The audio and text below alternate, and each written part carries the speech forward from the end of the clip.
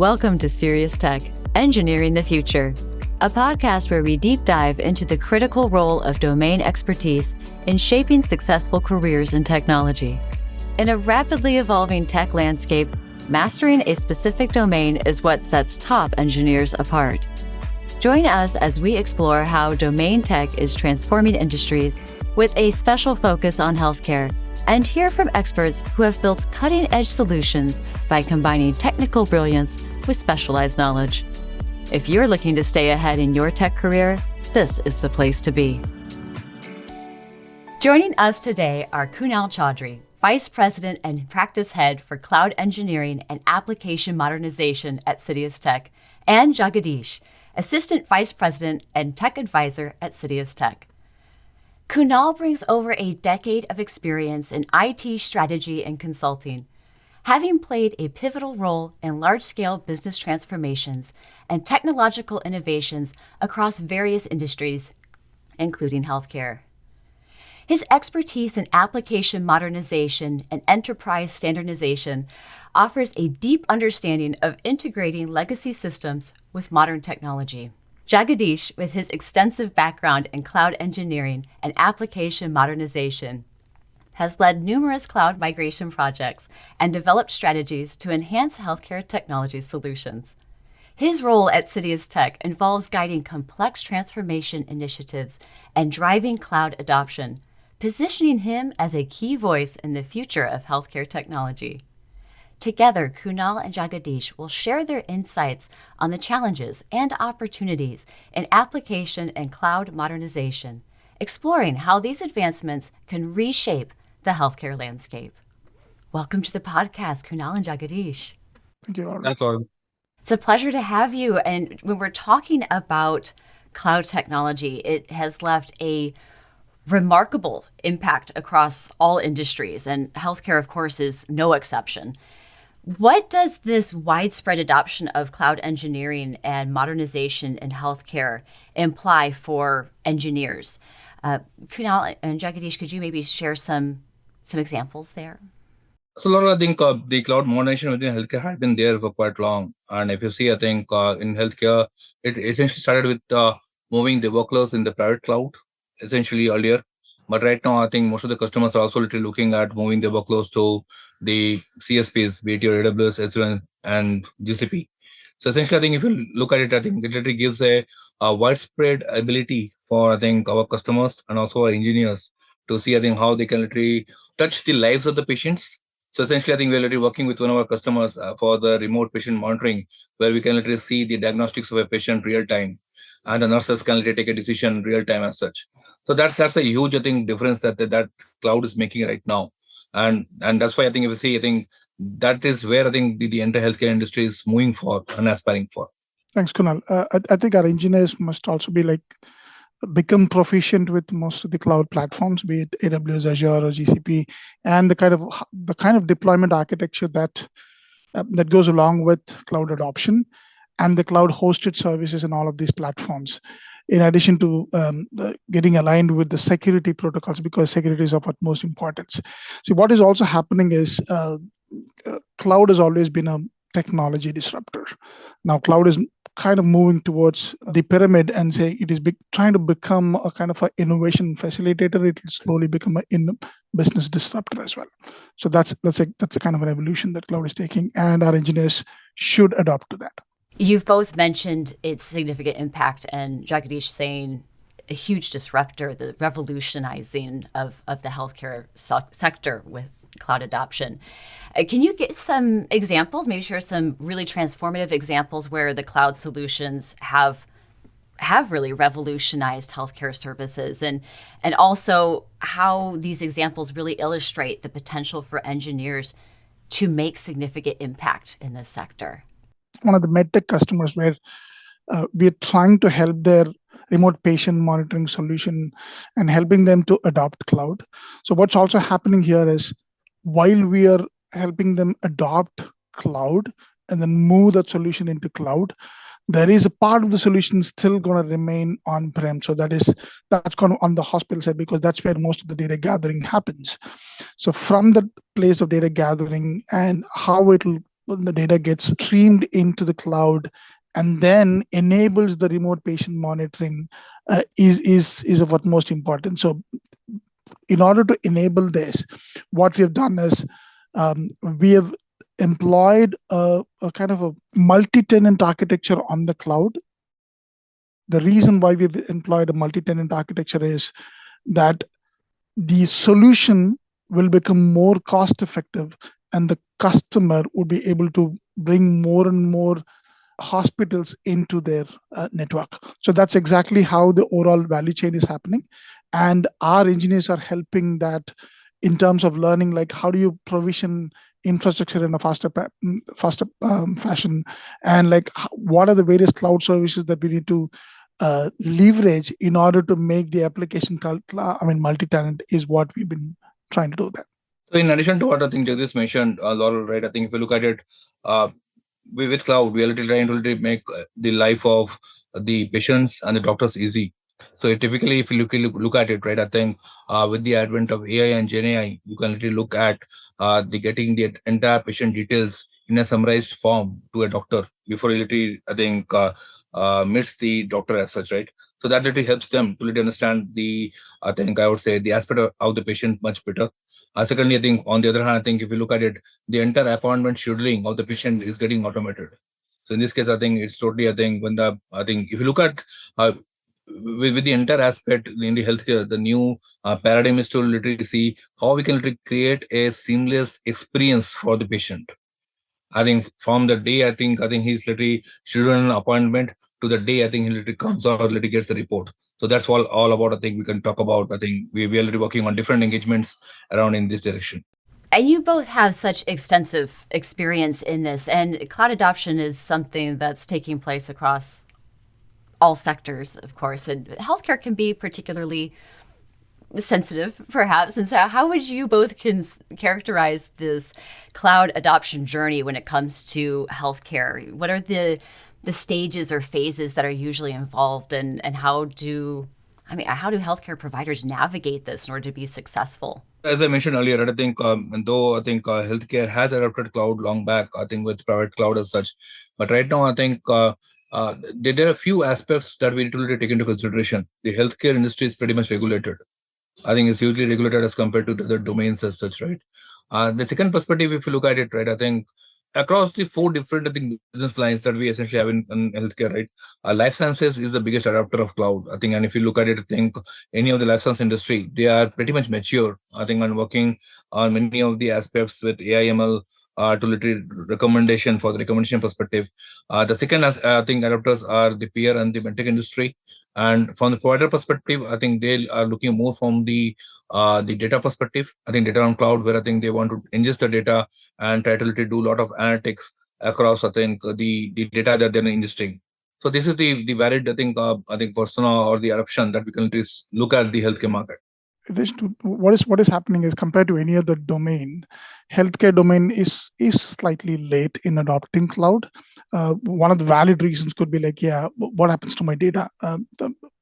How will I ensure data security? Because we are dealing with patients, sensitive information. So from that perspective, what's happening is they are testing the waters. They're working with quite a few customers where they're testing the waters in doing POCs and doing fewer services or applications that are getting migrated into cloud, but at the same time, data is getting retained on-prem. So we are trying to help them bridge the gap between, okay, how can we give them a seamless experience in terms of integrating both the public cloud and their on-prem infrastructure, but eventually they will move on. So we're trying to bring in all the controls in place so that this seamless migration is going to be enabled. So from that perspective, it is slow, but it is happening. Compared to the four markets that do a compare and contrast, health and life sciences is a market which is an early adopter in terms of cloud adoption, because they've got a lot of this data already digitized. So it's easier because you can do a lot of anonymization of data, and then adoption of cloud is much more enabled because you're you can underplay the data security on that. But whereas with respect to medtech and payer market, those are also kind of adopters. But the only thing is, because of the reliance of the data acquisition that's happening on-prem, so only part of the applications or part of the landscape is getting adopted to the cloud. So the edge to cloud connectivity needs to be addressed better. So that's exactly why it is taking time. And the provider market is predominantly relying on data. So that's predominantly a data play, not much of a application play, I would say. I'm glad that you touched on the security aspect, because when it comes to healthcare and data security and compliance, these are all of course have heightened sensitivity, or of course of utmost importance, and especially in this domain. What are some of the major hurdles then when it comes to cloud adoption in this field when we're looking at compliance and data security? And maybe could you share some of your strategies, maybe some experiences that you've had in overcoming these challenges? Yes. So with respect to cloud, I think we have enough and more controls in place with most of the cloud adopters. They have solutions for data at rest and data in motion, and we have complete encryption algorithms that have been implemented. For example, when data passes on from on-prem into cloud, and when it exits cloud, we have enough encryption algorithms that actually control the security of that particular data that is coming in and going out. So from that perspective, those challenges are currently being handled better by most of the cloud adopters and cloud providers. And what's happening is the cloud providers are also trying to come up with certain services which would help us address those security challenges as out-of-the-box services, right? So leveraging them would really help in terms of addressing these kind of hurdles that we face with data privacy. What Jagadeesh mentioned, right? I think the healthcare industry is pretty much regulated, as I mentioned earlier, right? So now I think taking into example, I think the aspect of the digital pathology perspective. So many of the, I think the CSPs are still trying to comply with the digital pathology standards as such. So they do have the foundation as such, but to literally get compliant with those standards, the CSPs are still working on that. So that is where I believe many of the things cannot be, onboarded to the cloud as of now. But by and by, I think we can see, in the next, a year or so, there will be many of the other compliance that will be made by the CSPs, and it will be much more seamless to remove the workloads or the functionalities to the cloud. You've both touched on the security side of things, also like the timing that it's taking in adopting the cloud and healthcare and how that process is going. What are some of the most complex aspects when it comes to cloud adoption and the application modernization that you have encountered in your experience? And how have you approached these challenges in order to ensure that there are successful outcomes for your clients? So, Laurel, I think there are two different paradigms for cloud, right? One is migrate and modernize, and then modernize or migrate. So many of the customers, I think, to literally move from a capex to opex, perspective as such, they have taken, a journey where they literally want to, they literally move their workloads in a lift and shift manner to the cloud. And I think they've literally not thought about the entire CBA, the cost benefit analysis consideration. And as such, I think the cost that they have incurred after they have literally moved to the cloud might be pretty much high. And post that, they have literally start doing modernization as such. And on the other hand, I think if you look at, the other perspective of modernize to migrate, the modernization journey takes, I would say, a time. I think it's around 1 to 3 years as such, and at times 4 years, based on the complexity of the application, the business criticality of the application, and the technical maturity of the application. So I would say it literally makes sense to literally have initial phase of discovery to literally understand and based on the business criticality and the technical maturity, what is the right I would say topology that we should be taking to the cloud and move to the cloud. That can literally help the customers in a much better way. And on top of this, a couple of complex areas that we've been facing recently is, like, say, for example, any legacy modernization initiative that we're undergoing, we're seeing a lot of reluctance because a lot of investment has gone in building that legacy infrastructure or the legacy application.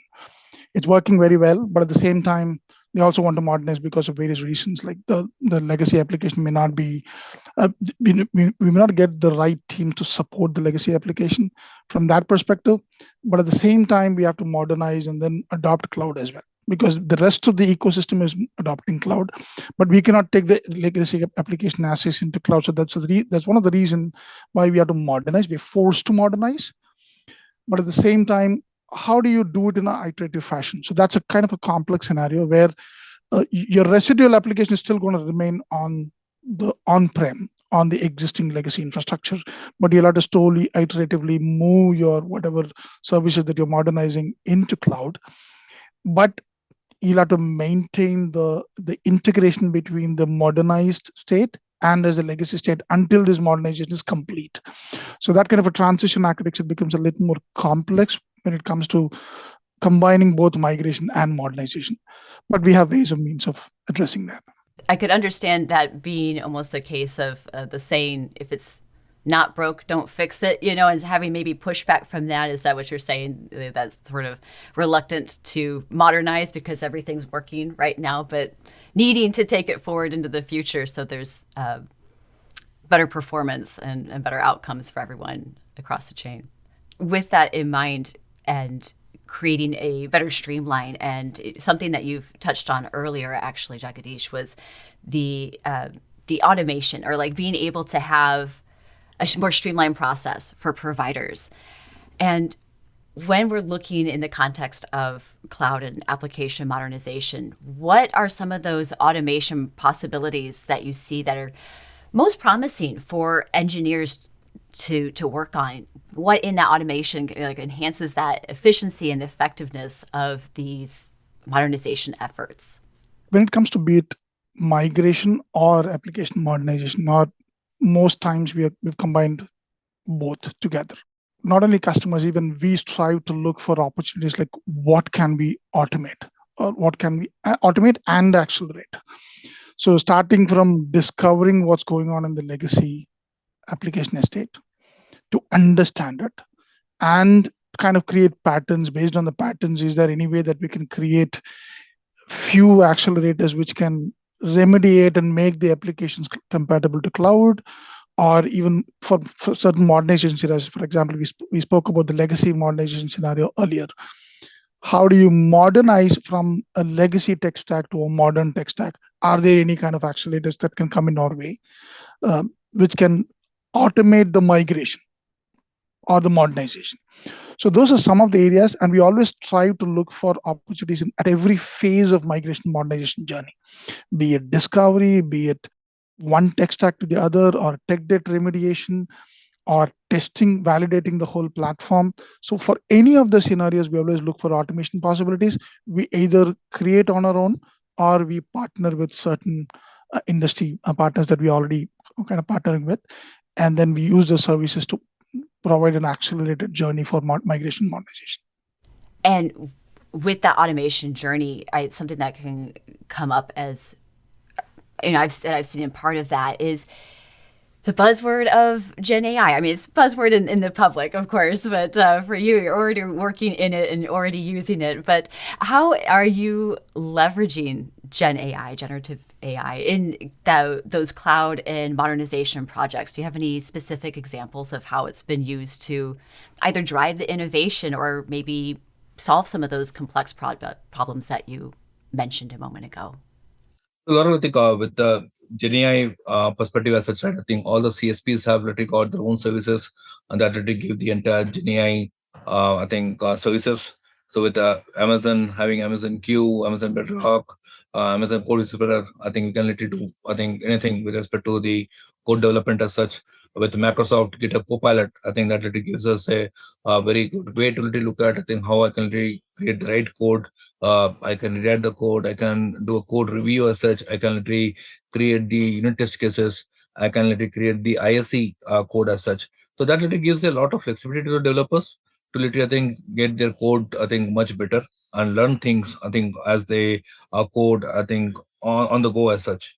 So taking and also with the, I think, evangelization of the new open source LLMs that's literally coming right now with Olama, or even the, I think, the likes of I think Llama 3, and that literally helps our LangChain. It literally helps us to literally create many more automation units as such that can literally help, I think, not only, I think, from the developer standpoint as such, but also literally build functionalities. So in this case, in many of the cases, I think we can literally utilize, I think, workflow agents to literally create a workflow for each of the tasks that needs to be done. And that can literally, I think, brought in together to literally bring any of the healthcare functionality together as such. So if you look at it, I think we also literally built entire prior auth automation through GenAI. One another example, if you have to quote, is like, say, for example, in the imaging world, we're working with few imaging customers where like the radiologists are reading the images and they're giving notes, and based on the discrete notes, can we create meaningful summarization of the reports?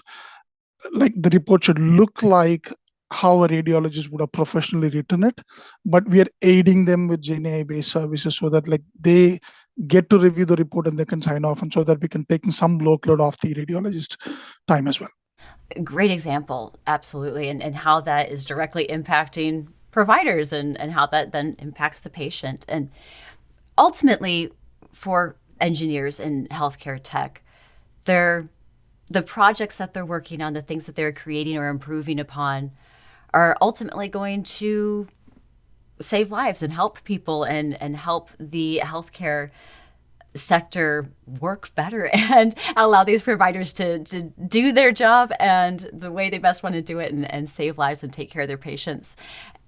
So when it comes to your engineers here, what strategies are you employing at your companies to upskill and motivate your teams when it comes to the realm of cloud and application modernization, and how they're equipped with like the latest skills and knowledge to tackle these evolving challenges so that they can best put forth a product that's going to change lives and save people?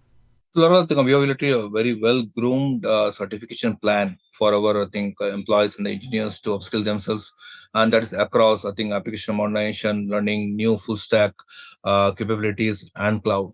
So in this scenario, I think we have also literally, I think, I would say, joined hands with Pluralsight, where each of our engineers are literally given the access to Pluralsight so that they can literally learn any of the technologies with the respective CSPs.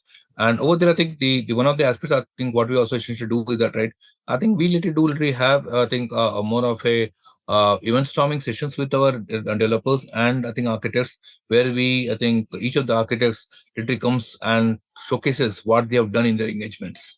So that literally gives a live, I think, aspects altogether, that what are the challenges that they have faced, what are the business problem statement, and I think how we have solved it. That literally gives a lot of, I think, I would say, confidence to our engineers, and that literally helps them to upskill themselves as such. I think cloud-based application development provides a right opportunity for engineers to truly become multi-skilled. Like we have moved on from a T-shaped to a pie shape to now more of a comb-shaped, and cloud is where we would need the comb-shaped skills, because it's not just one area that you have expertise on. You may have to manage sometimes your own infrastructure or troubleshoot your own infrastructure. You'll have to manage your DevOps. You'll have to manage how you provision some of the service, cloud hosted services, and still focus on application development and data as well. So the engineers poised to become more multi-skilled or comb-shaped skilled people. Excellent. Yeah, more multi-skilled engineer is wonderful.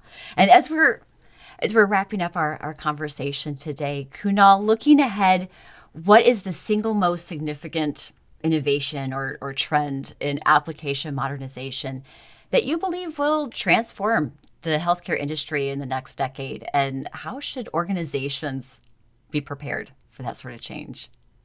I think if you look at it, I think the way with the advent of the CSP is coming across, and also I think the way the entire architecture paradigm is going, I think everybody's really going towards the platform economy. So that the next, I think, decade would be all about, I think, how we can really create digital products for each of the functionalities in consideration. I think for one of the customers, we essentially started literally building a digital product for imaging, where I think that literally gives a seamless experience to a data scientist. So similarly, I think in any of the, I think, markets that we talk about, be it a payer or a provider, it's all about how we can literally create more digital products that can literally give a seamless experience to the patients. That's what I think the next decade will be going towards. Very exciting. And for you, Jagadeesh, in your opinion, what is the most underestimated challenge of cloud modernization when it comes to healthcare, and how can organizations effectively address that challenge? I think compared to any other domain, healthcare domain is highly regulated, and it's regulated in every geography separately. For example, your North America is completely, the regulations are completely different. I would say like it's highly regulated in North America compared to any other market, like geographical market I'm talking about, like in UK or Australia. The regulations are completely different. Since they're more geographically poised, the regulations, we cannot templatize solutions that are created for one particular geography market and take it to another, like how we do it for banking or any other domain where you can really truly globalize your solution. But here you need to more localize your solution because they need to comply with the regulatory requirements. So from that perspective, yeah, regulatory requirements are slightly underestimated, but we can overcome that by building them as part of the solution, see like what kind of control that we can have as part of our solution, and then positioning them in the respective geographic market.